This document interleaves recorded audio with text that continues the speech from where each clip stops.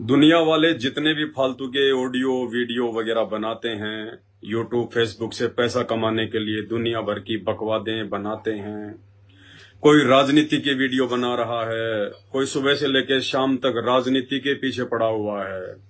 कुछ लोग राजनीतिक विशेषज्ञ के नाम पर आज उसने क्या कर दिया, आज कांग्रेस वालों ने क्या कर दिया, बीजेपी वालों ने क्या कर दिया, आज कोर्ट ने क्या कहा, फलाने ने क्या कहा, चंद पैसे कमाने के लिए अपनी अनमोल श्वासें और समय दिन रात उन्हीं में बर्बाद करते रहते हैं कि आज शाम को मुझे आधे घंटे का वीडियो बनाना है, मैं किस टॉपिक पे बनाऊंगा।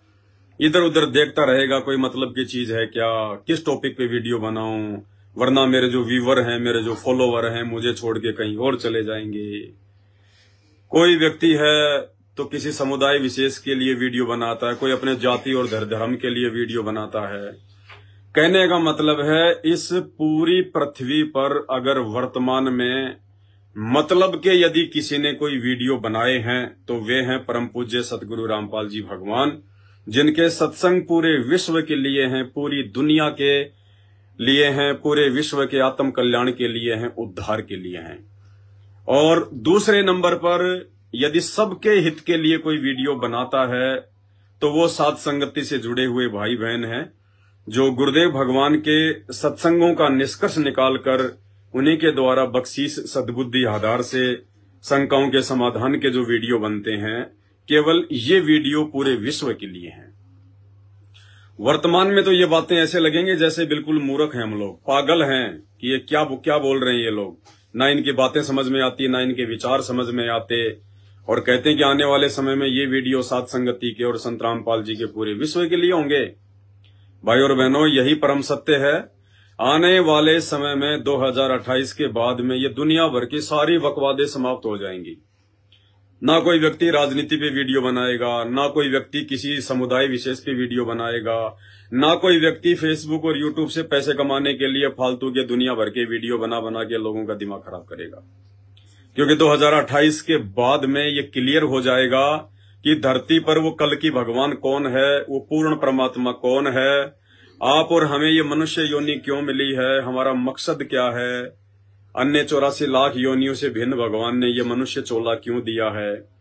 और जब इन सब बातों की हमें जानकारी हो जाएगी, सत्संग समझकर, ज्ञान को सुनकर, तो भाई और बहनों आपकी हालत भी आप और हम जैसे भक्तों जैसी हो जाएगी।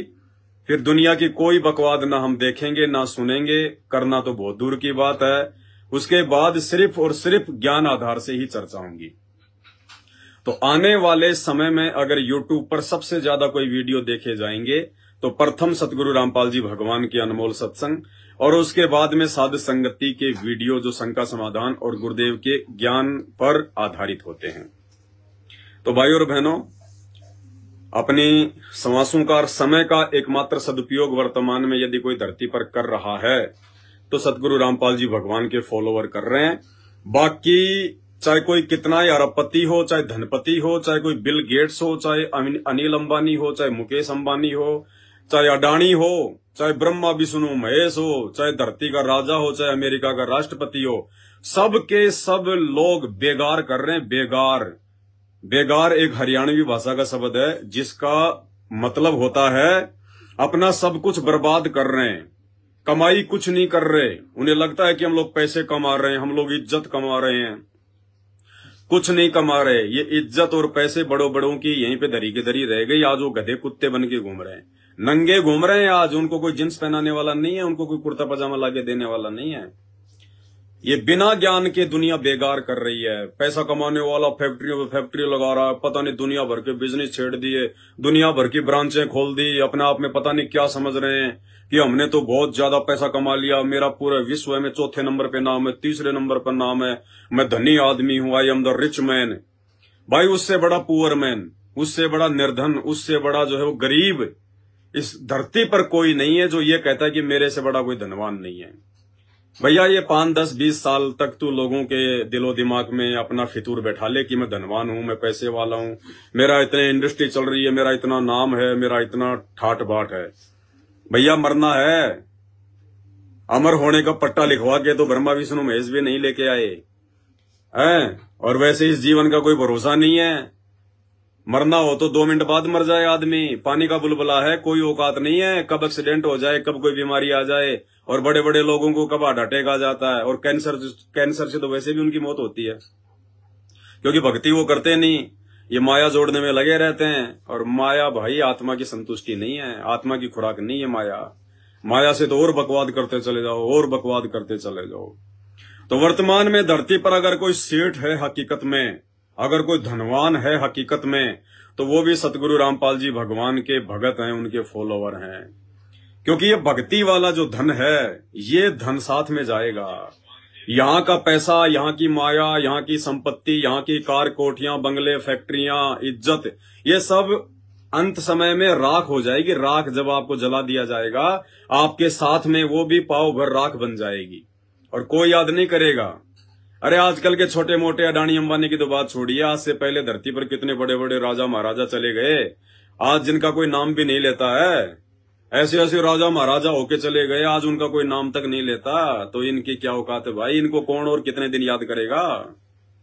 तो भाई और बहनों, परमात्मा कहते हैं कबीरा सब जग निर्धन, धनवंता ना कोई।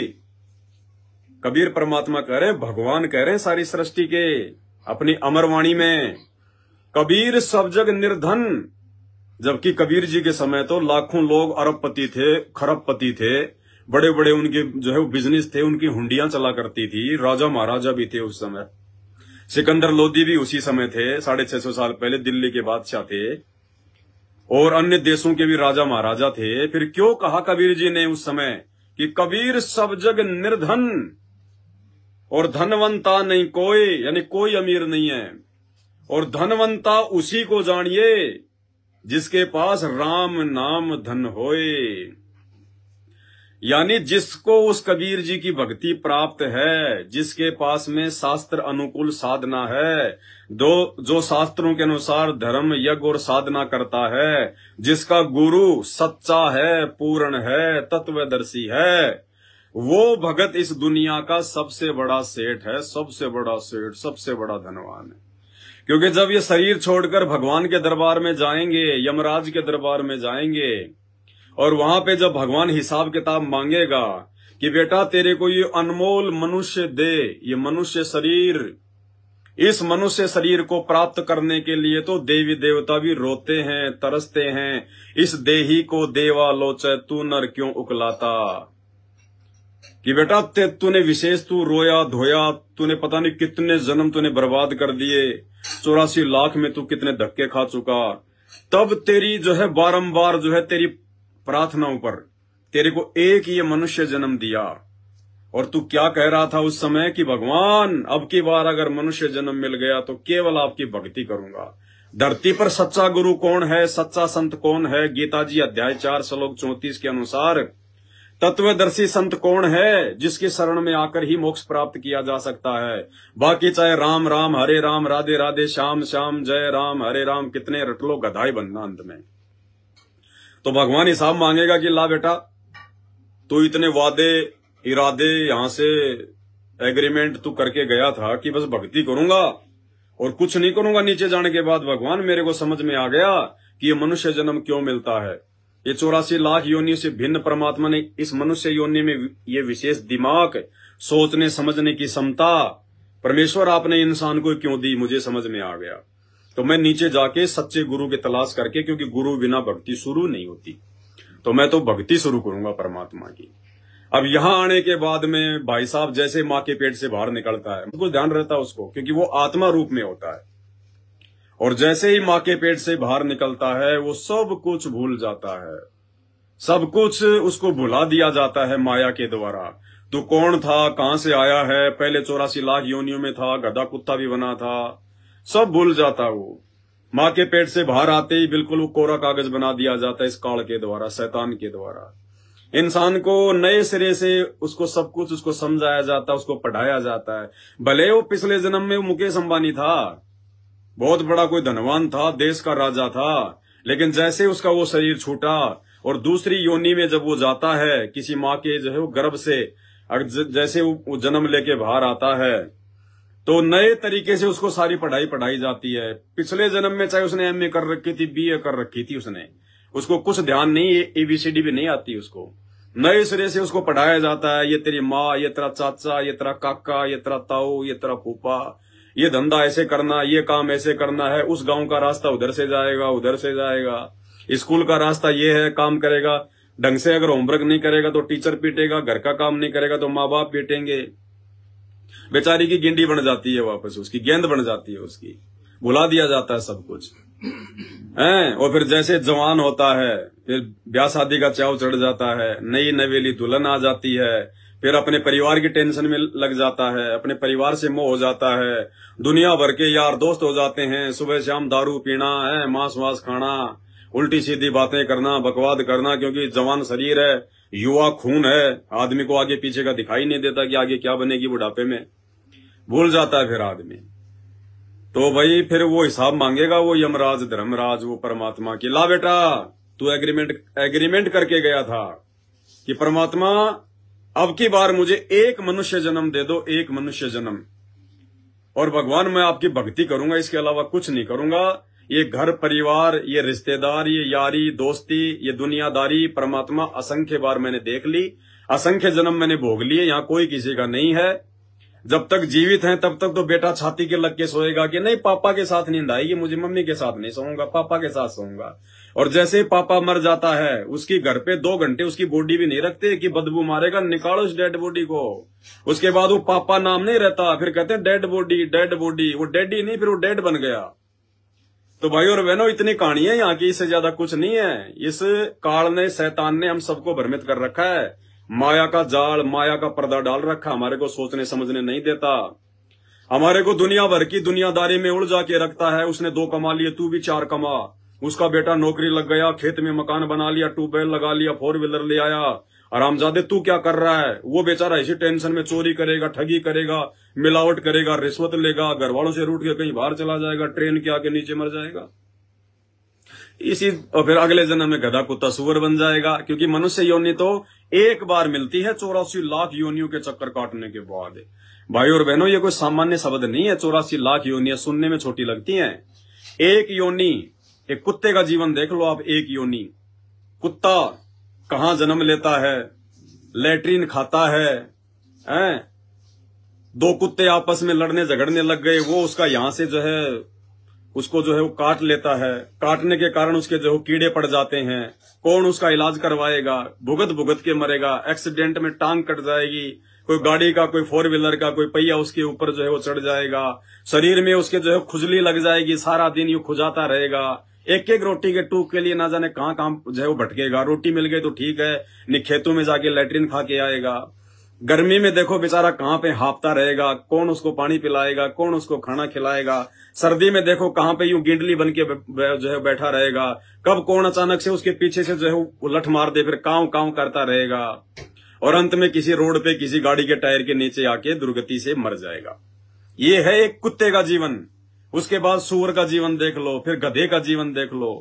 भाई और बहनों, इस प्रकार से 84 लाख योनियों में असहनीय कष्ट भोगते भोगते, और आत्मा तो परमात्मा की है, वो शरीर हमें अलग अलग मिलते हैं, लेकिन आत्मा में तो चेतना होती है, वो रोता ही है। वो उन दुखों को देख के रोता है। आप और हम तो मकान में एसी लगा के या हीटर लगा के रजाई ओढ़ के सो जाते हैं, और रात में बाहर जो कुत्ता जो सर्दी में बाहर बैठा हुआ है, जो बेचारा ठंड में ठिठुर रहा है, वो फिर रात के 12-1 बजे वो क्या करेगा? रोएगा। वो ऊपर मुंह करके कुत्ता रोता है ना। अब रो कौन रहा है? वो शरीर नहीं रो रहा। वो शरीर के अंदर जो आत्मा है, जिसको भगवान ने बहुत मौके दिए मनुष्य शरीर देके कि बेटा भक्ति कर लेना, भक्ति कर लेना। अगर कोई भक्ति की बातें बतावे तो उन पे विचार करना, बिना सोचे समझे तो कमेंट्स में गाली वाली मत निकालना, उल्टा सीधा मत बोलना। सामने वाले को कोई मजा नहीं आता किसी को समझाने में। किसके पास इतना समय है जो लोगों को समझाएगा? और अगर कोई समझा रहा है बेटा तो उनकी बातों पे विचार करना, उसकी बातों को गहनता से सुनना। वो किसके सत्संग सुनने के लिए तुम्हें बोलेगा? उस महापुरुष के सत्संग सुनना है। फालतू में किसी के साथ में राग द्वेष ईर्ष्या मत करना। लेकिन नहीं, उस समय तो वो दादागिरी में रहता है। वो फिर जब बनता है वो कुत्ता, फिर रात को 12 बजे 3-4 प्रकार की आवाज निकाल के रोता है। फिर वो आत्मा रोती है। फिर वो आत्मा रोती है कि मैंने तो बहुत बड़ी गलती कर दी है भगवान, हे परमात्मा, आप जो कहते थे बिल्कुल सत्य बातें थी मालिक, लेकिन मैं तो मनुष्य योनि प्राप्त करके, मैं तो यार दोस्तों की कुसंगति में पड़ के या राजनीति में पड़ के, समोसे कचौरी के चक्कर में दुनिया भर के राजनेताओं की रैलियों में घूमता रहता इधर उधर और मर गया फिर कोई दिन। और अब ये गधा कुत्ता सुअर बन के अभी ऐसे नहीं कष्ट भोगने पड़ रहे हैं।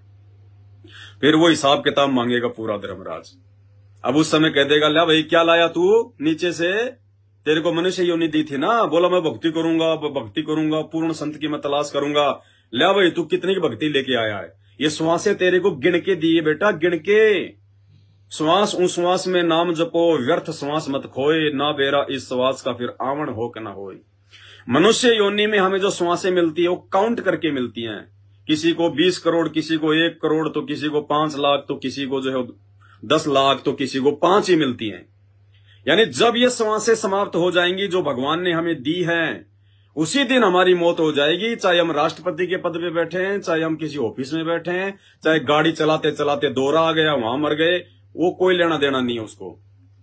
जैसे मोबाइल का रिचार्ज आपने 100 रुपए का करवा लिया बात करने के लिए, और जैसे ही उसके 100 रुपए समाप्त हो गए, भले आप राष्ट्रपति से बात कर रहे हो, ऑटोमेटिक मोबाइल कटेगा। मोबाइल ये नहीं देखेगा कि ये तो देश के राष्ट्रपति से बात कर रहा है, 5-10 मिनट और बढ़ा दूं समय, नहीं।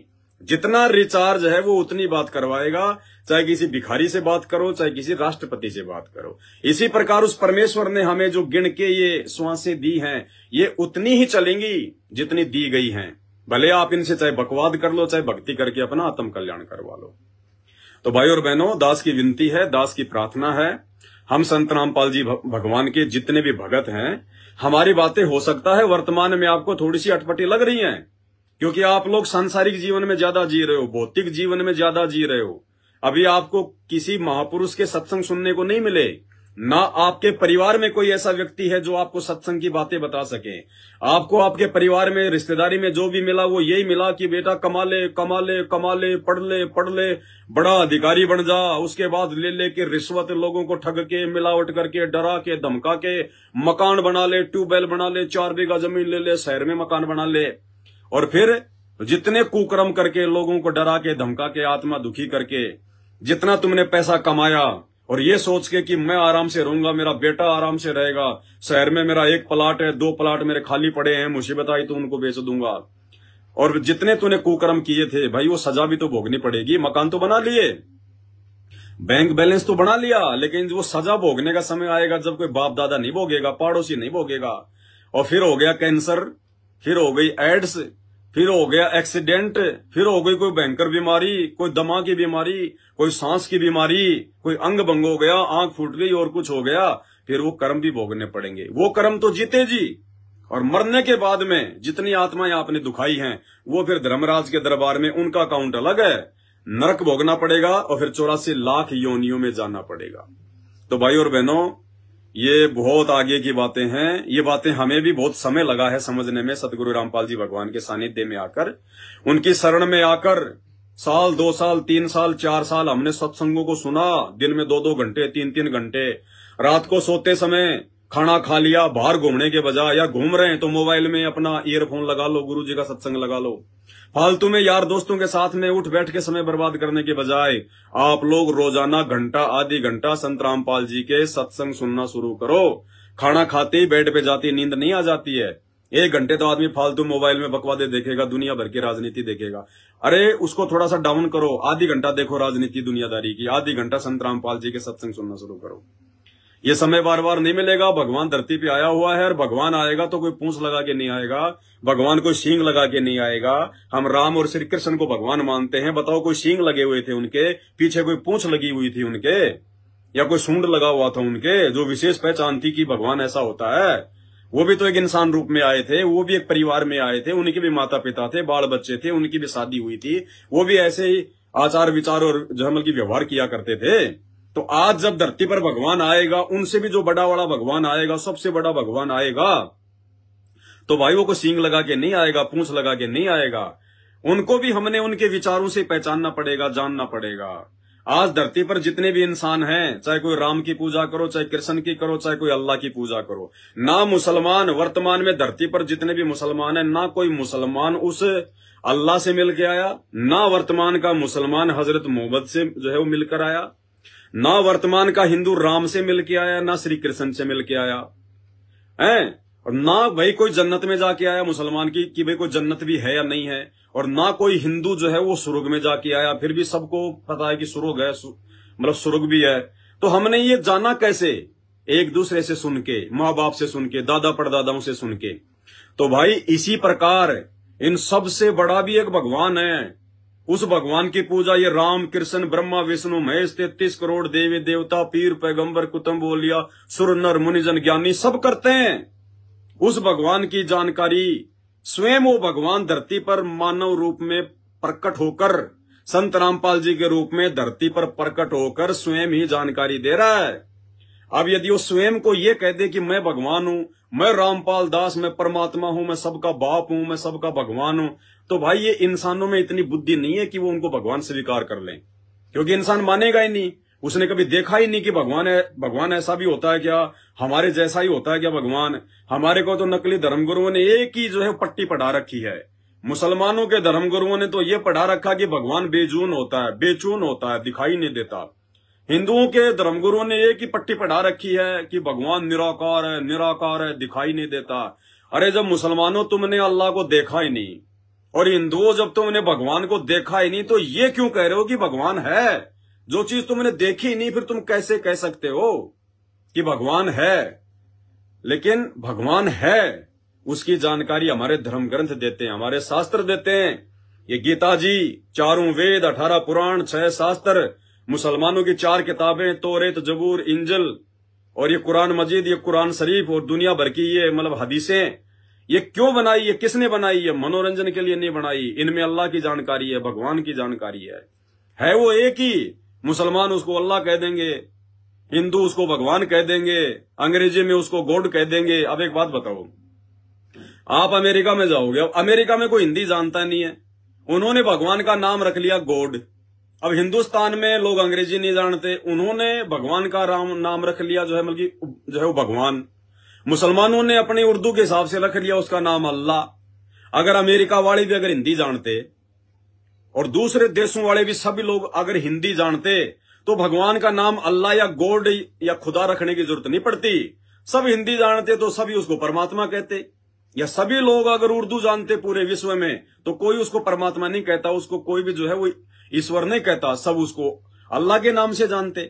वो एक ही है, एक ही है वो। और कबीर परमात्मा ने अपनी वाणियों के माध्यम से हम सबका भ्रम निवारण किया है।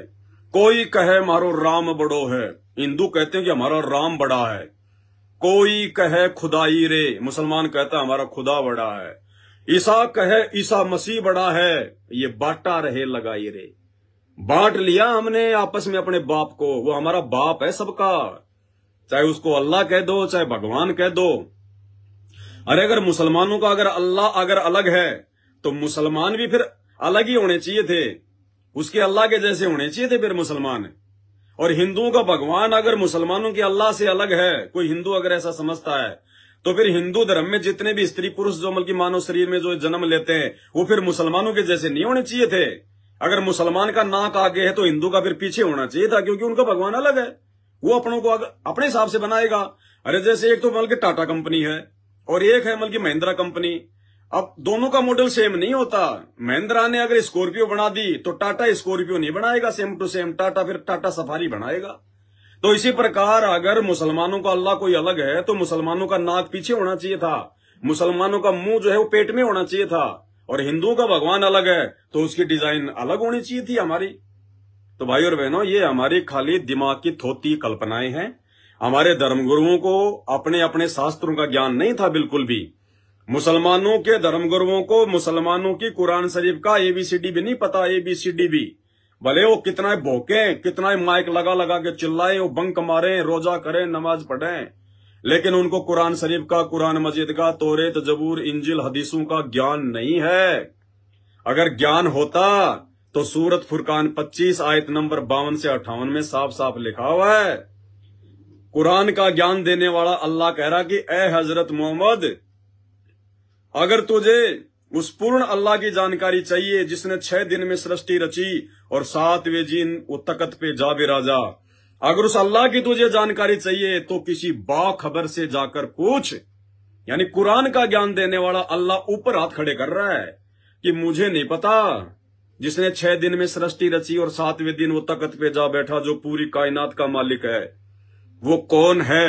अगर तुझे उसकी जानकारी चाहिए कि अल्लाह कौन है, तो सूरत फुरकान 25 आयत नंबर 52 से 58 में उसने स्पष्ट कह दिया कि किसी बाखबर से जा पूछ, इल्म वाले से जा पूछ। अब बाखबर मुसलमान धर्म में उसको कहते हैं जो तत्वदर्शी संत होता है, जो सारे शास्त्रों को जानता है, पूरे अध्यात्म को जानता है। और गीता जी अध्याय 4 श्लोक नंबर 34 में गीता का ज्ञान देने वाला वो ही अल्लाह, वो ही शैतान, वो ही काल, इसने भ्रमित कर रखा, बांट रखा इसने अलग अलग। मुसलमानों की कुरान का ज्ञान भी उसी शैतान ने दिया है, हिंदुओं की गीता का ज्ञान भी उसी काल ने बोला है, श्री कृष्ण के अंदर जो है वो प्रवेश करके। और गीता अध्याय 4 श्लोक नंबर 34 में कह रहा है कि अर्जुन, अगर तुझे पूर्ण मोक्ष की प्राप्ति चाहिए, अगर तुझे जन्नत में जाना है, वो सनातन, वो परम धाम, गीता अध्याय 18 श्लोक नंबर 62 में कह रहा है कि वो शाश्वत स्थान, वो परम धाम, जहां जाने के बाद जीव की कभी मृत्यु नहीं होती, जीव कभी भी जीवन चक्र में नहीं आता, जन्म मरण में नहीं आता, गधा कुत्ता सुअर नहीं बनता। अगर तुझे उस परम धाम की जानकारी चाहिए तो गीता जी अध्याय 4 श्लोक नंबर 34 में कह रहा है वो गीता का ज्ञान देने वाला शैतान अर्जुन को श्री कृष्ण जी की बॉडी के अंदर भूत की तरह प्रवेश करके गीता अध्याय 4 श्लोक 34 में कि उसकी जानकारी के लिए जो जन्म और मरण को सदा सदा के लिए मिटा दे, जो सदा सदा के लिए तुझे वो सतलोक में भेज दे, वो परम धाम में भेज दे। परम धाम यानी तेरे स्वर्ग महास्वर्ग से ऊपर का जो धाम है, जो परम सबसे बड़ा धाम, सबसे ऊपर का धाम, कहते हैं उसकी जानकारी किसी तत्वदर्शी संत के पास जाकर पूछ, उसको दंडवत प्रणाम कर, उसको प्रसन्न कर और प्यार प्रेम से छल कपट को त्याग कर, फिर उससे प्रेम पूर्वक सवाल कर, फिर वो तत्वदर्शी संत तुझे जो तत्व ज्ञान का उपदेश देगा। तो भाई और बहनों, मुसलमानों का अल्लाह कुरान शरीफ में जिस बाखबर की ओर संकेत कर रहा है कि उस बाखबर से मिले बिना, उस बाखबर के अनुसार भक्ति किए बिना इस धरती के मुसलमान लाखों करोड़ों अरबों जन्म भी जन्नत में नहीं जा सकते। भूत प्रेत बनेंगे जैसे उनके बाबा आदम, बाबा हजरत ईसा मसीह और ये आपके हजरत मोहम्मद भूत बने फिर रहे, भूत बने हुए। जीवनी हजरत मोहम्मद में साफ साफ लिखा हुआ, पढ़ लेना, ये पुस्तक है मुसलमान समाज की, हजरत मोहम्मद की बायोग्राफी, जीवनी हजरत मोहम्मद। उसमें साफ साफ लिखा हुआ है जब वो जिब्राइल नाम का फरिश्ता हजरत मोहम्मद का गला दबाकर उसको ऊपर ले गया था, तो वहां उसने देखा बाबा आदम बैठा हुआ है, हजरत ईसा बैठा हुआ है, हजरत मूसा बैठा हुआ है, वहीं बैठे सारे, वो पितृलोक में बैठे, भूत बने हुए हैं सारे, क्योंकि भक्ति साधना किसी की भी सही नहीं थी। तो भाई वो बाखबर आज धरती पर जिसकी शरण में आके मुसलमान अपना मोक्ष करवा सकते हैं, जन्नत प्राप्त कर सकते हैं, आज वो बाखबर धरती पर सतगुरु रामपाल जी भगवान है। और हिंदू भाई जिस तत्वदर्शी संत की शरण में आकर अपना मोक्ष करवा सकते हैं, परम धाम सतलोक में जा सकते हैं, वो तत्वदर्शी संत आज धरती पर संत रामपाल जी ही है और कोई नहीं है। इस बहम में ना रहना मेरे भाइयों, भटकना छोड़ दो, भ्रमणा छोड़ दो। 28 साल से सतगुरु रामपाल जी भगवान चिल्ला चिल्ला के समझा रहे हैं भाई, उसके बाद हमारे जैसे उनके जो कुत्ते हैं वो भी भौंक रहे हैं। हमें क्या स्वार्थ है? ये मोबाइल हमने कोई तुम्हारे लिए लिया क्या है भाई? या ये मोबाइल जब हमने लिया तो तुम लोगों ने जो कि हमारे को पैसे दिए थे क्या? हमारे पास फालतू का समय है क्या? हम यूट्यूब से हमको पैसे कमा रहे हैं क्या? फेसबुक से हमको ये पैसे कमा रहे हैं क्या? हमें हराम की कमाई नहीं चाहिए। संत रामपाल जी के भगत यूट्यूब और फेसबुक की हराम की कमाई को हाथ भी नहीं लगाते, अपनी मेहनत का करके खाते हैं, अपनी मेहनत का करके। हम तो खाली परमार्थ के लिए चिल्ला रहे हैं, थूक बिलो रहे हैं। नहीं तो अगले जन्म में चाहे आप कितने बड़े मुसलमान हो, कितने बड़े 5 टाइम के नमाजी हो, जो कर्म तुम कर रहे हो वर्तमान में, एक तो तुम्हारी जो किताबें हैं, जो आसमानी जो किताबें, उनके खिलाफ तुम ये भक्ति कर रहे हो। दूसरा, इन किताबों के खिलाफ सारे तुम जो है ये कुकर्म कर रहे हो। ये बकरा काटना किसी किताब में नहीं लिखा हुआ। अरे मांस खाना, गोश्त खाना किसी भी जो है कुरान में नहीं लिखा हुआ। हजरत मोहम्मद ने कभी जिंदगी में गोश्त नहीं खाया, और हजरत मोहम्मद के 1,80,000 उनके फॉलोवर थे उस समय, उनके भगत है। उन्होंने भी एक ने भी कभी मांस नहीं खाया, और हजरत मोहम्मद ने भी यही कहा था कि मांस खाना, ब्याज लेना, शराब पीना मुसलमान के लिए हराम है, हराम। और जो चीज मुसलमानों के लिए हराम थी, आज मुसलमान सबसे ज्यादा वही काम कर रहा है। ऐसे ही हिंदू समाज के अंदर बीड़ी, सिगरेट, गुटखा, पान मसाला, तमाकू, शराब, मांस बिल्कुल वर्जित है। अगर कोई छू भी लेता है इनको, वो सीधा नरक में जाएगा, नरक में। लेकिन आज देखो, आज हिंदुस्तान में मुसलमानों की जितनी भी मीट की दुकानें, वो हिंदुओं ने मीट का भाव महंगा कर रखा है। मुसलमानों से ज्यादा हिंदू खाने लग गए। तो भाई और बहनों, आप समझो इन सब बातों को। ये चीजें बताने का हमें कोई विशेष कोई जोमल की तनख्वाह नहीं मिल रही, कोई सैलरी नहीं मिल रही। समझ जाओगे तो तुम्हारा भला है।